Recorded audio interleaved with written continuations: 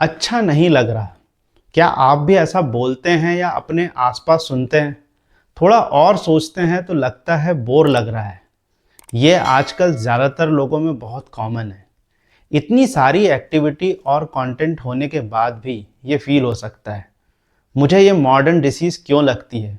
क्योंकि ये आजकल एक पैटर्न बच्चों में, बड़ों में, सब में दिखाई देने लगा है। लोग हाईली डिस्ट्रैक्टेड हैं, मूड स्टेबल नहीं है और फ्रीक्वेंटली कुछ समय बाद एक अजीब सी बोर्डम और डिसअपॉइंटमेंट महसूस होती दिखाई देती है। आप भले ही कुछ समय के लिए रील्स देख के अपने दिमाग को एंगेज रख लेंगे, लेकिन जितनी देर तक आप स्क्रॉलिंग या कोई कंटेंट कंज्यूम करेंगे, उसके बाद आपका मूड फ्रेश फील होने से ज़्यादा डिसअपॉइंटिंग फील होने लगता है और एक टाइप का मेंटल फटीग फील होता है।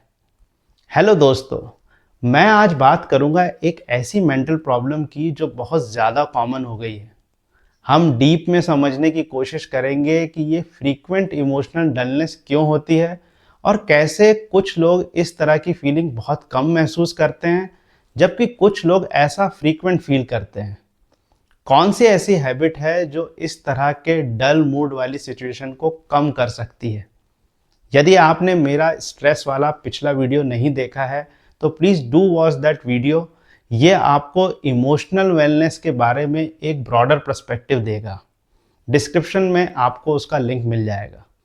देखिए, कुछ लोगों में एक्सट्रीम मूड स्विंग्स, डिप्रेशन या मूड स्टेबल ना होना एक क्लिनिकल इशू हो सकता है, बट हम यहाँ बहुत जनरल और इनिशियल स्टेज को समझने की कोशिश करेंगे।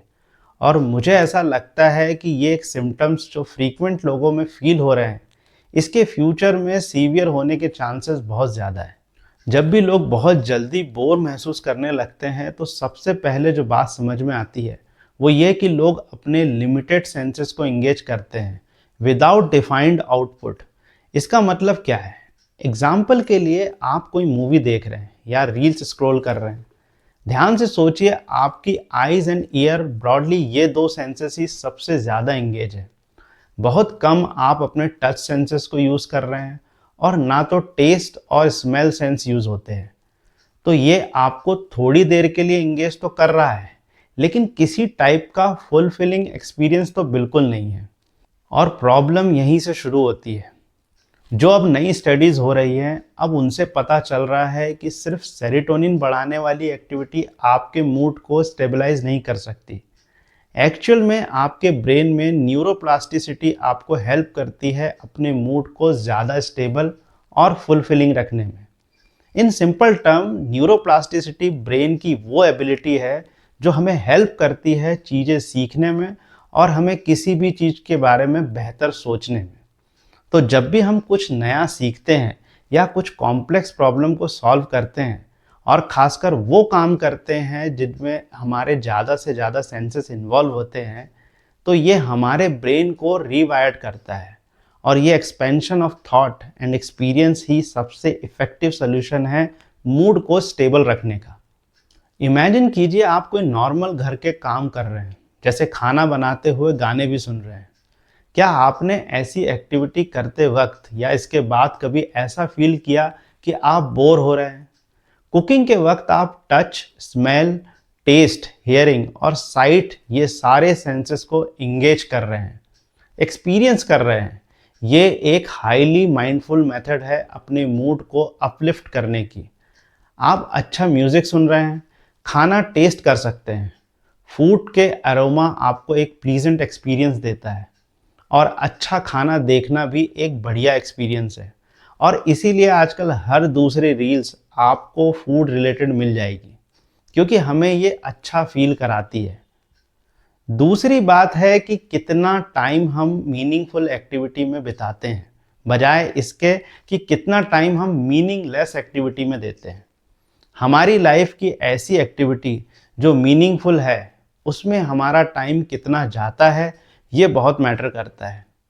आप अपना समय प्रोडक्टिव काम में कितना बिताते हैं और कितना समय ऐसी चीज़ों में जिसका कोई खास मीनिंग या आउटपुट नहीं है, ये बात डिसाइड करती है कि आप लॉन्ग टर्म में कैसा फील करेंगे। क्योंकि हमारा मूड का लो होना और बोरिंग फील करना डीप डाउन हमारी लाइफ की मीनिंगलेसनेस ही है। यानी किसी पर्पस का ना होना जब भी हम कोई एक्टिविटी करते हैं।